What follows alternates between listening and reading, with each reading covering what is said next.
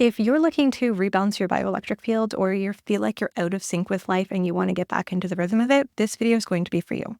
Today, we're going to touch on 4 different practices and teaching you how to understand the different ways that they affect your bioelectric field. If any of these words don't make sense to you, please check out the introduction video series. Welcome back. My name is Nikki, and if you are new here, I'm diagnosed with autism and ADHD, and I'm super passionate about understanding how the human body and the human experience works from a neurobiological level.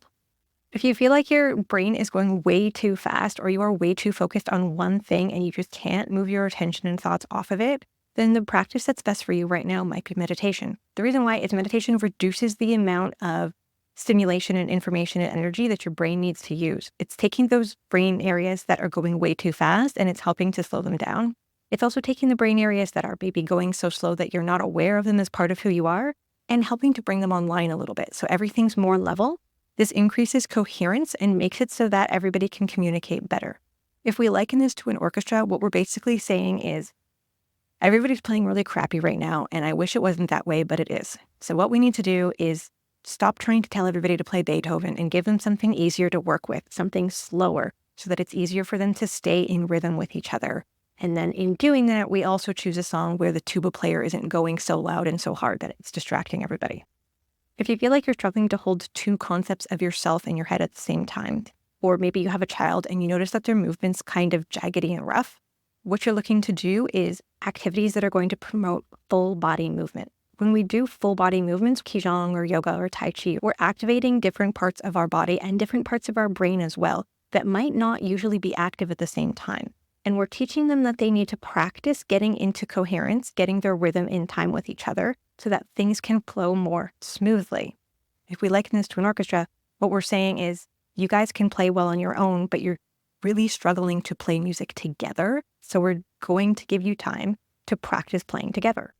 If you feel like you don't have enough energy to do the tasks that you know you're supposed to be doing, and you feel like your brain is kind of foggy, then what you might need to do to balance your bioelectric field is add more energy to it. This is why we see research that says that millionaires on average exercise 6 hours per week, because they understand that exercise gives you physical energy and mental energy. When you jog, dance, or swim, you're actually getting your body to create more energy for you to use. This is important because it helps maintain coherence. When you have more energy available, that means your brain can use more energy to finish all of the tasks that it needs to finish. In the orchestra analogy, this means we recognize the importance of investing in our players. So we make sure that everybody has their own music stand and music book, that there's proper lighting, and that there's lunch and refreshments available for everybody so that they can operate at their peak potential. If you feel like you totally lack self-discipline and focus and you're feeling really lost, then this also is related to your bioelectric field. What you're saying is you don't have any activities that give you really high coherence.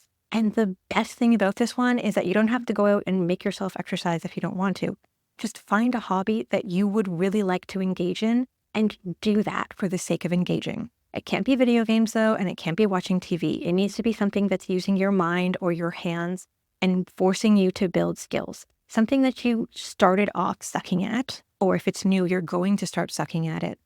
It's important to do this because it's really hard to push ourselves to be great at something and keep at it if it's something that we don't want to do, but we think we should be doing. We need that internal drive of being really curious, of really wanting to do this thing for the sake of, because that's what's going to push you through the incoherence and to higher and higher levels of coherence. And once you have this, you can start to look at any spot of your life and say, oh, if I suck at communication or playing with my son or editing videos or rock climbing, it's not that I'm bad at it. It's that I don't have experience. That's incoherent.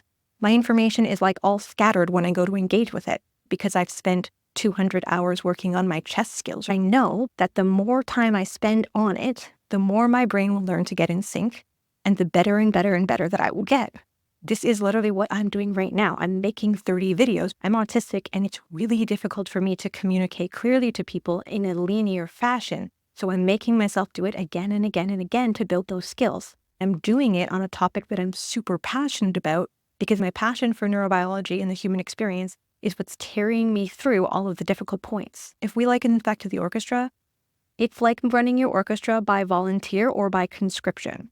One group is going to push themselves to do their best, and the other group you're going to have to push to do a mediocre job. If you enjoyed this video, you'll definitely enjoy this next video, which is really simple practices to help you learn to see the world from a bioelectric perspective.